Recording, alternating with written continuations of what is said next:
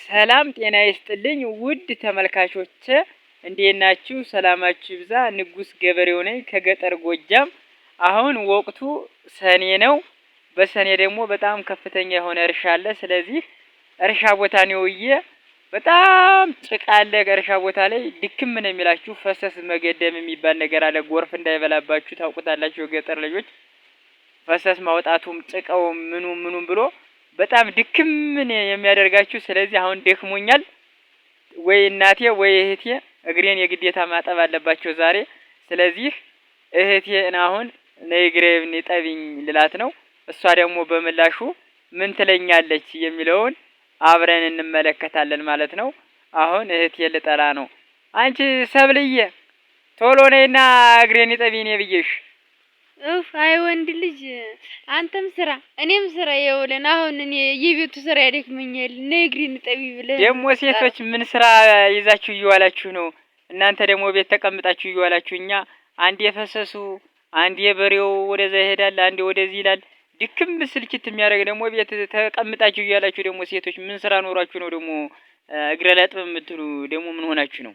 አረዲ አንተ ከሽመል ጋር ወጥ የምትውል እዚህ እንጀራ መጋገር አለ፣ ወጥ መስራቱ ምኑ ስንል ቀኑ ይመሻል። አሳብ የለሽ ደግሞ ወንድ ልጅ ወንድ ልጅ በሆንኩ ኖሮ በይማሻውን ዞሮ ይኸውልሽ እግርህን እጠቢኝ ብዬሽ። አሁን እንኳን ወንድምሽን ቀርቶ ገና ለገና ባልሽን ልታጥቢ ነው። ገና ከወንድምንና ከባል አሁን ማን ነው እንዲው? አሁን ባልሽን እኮ ወክ አድርገሽ ነው የምታጥቢው። አሁን ወንድምሽን ስላጠብሽ አሁን ምን ሊቆርጥሽ ነው? ለልቅ ደህና አድርገሽ አሁን ምርጥ አድርገሽ ጠቢኝ። አሁን እድባቴ ይሄ ደግሞ አማርኛው ሁላ ምን ማለት ነው? ደከመኝ አልፎ እንዲነከውታ ነገሩ ውዳጭ ማጭ ተመልካቾች እንግዲህ ይኸው ልጅቷ ገና ህፃን ስለሆነች ትሽኮረመማለች።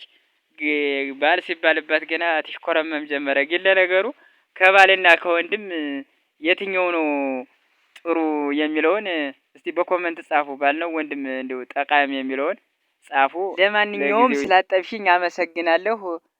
ደረትሽን ተውጋት፣ እጅሽን ተቆርጥማት ይሰውረው። ጥሩ ባል ይስጥሽ እላለሁ። እንግዲህ ደህና አድርገሽ ጠቢኝ።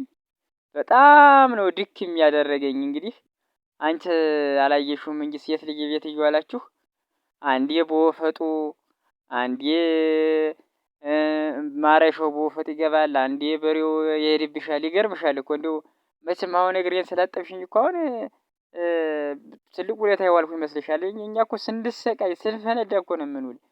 አረ በስመ አብ! ሴት ልጅማ ቤት ዝም ብላ አንቺ ዝናብ ሲጥል እሳትሽን እያነደድሽ ትሞቂያለሽ። እኔ ዝናብ ሲጥል ገስያን ጥል ያለብሽ አንዱ ዛፍ ስር እወተፋለሁ። አንቺ ቤት ተቀምጠሽ እሳትሽን እየሞቅሽ እየዋልሽ ደግሞ እግር አላጥብም ትያለሽ። ደግሞ ትታካብጂ አካባቢ ነገር ነሽ። በደህና አድርገሽ ጠቢኝ። አሁን አንቺ እዚህ እጅሽ ልሙሽሙሽ ዋ እንዴት ምን ማለት ነው? ለማንኛውም ውድ አድማጭ ተመልካቾች አመሰግናለሁ። ቻናሉን በድጋሚ ሰብስክራይብ ያላደረጋችሁ ሰብስክራይብ አድርጓላለሁ። አመሰግናለሁ። ይመቻችሁ።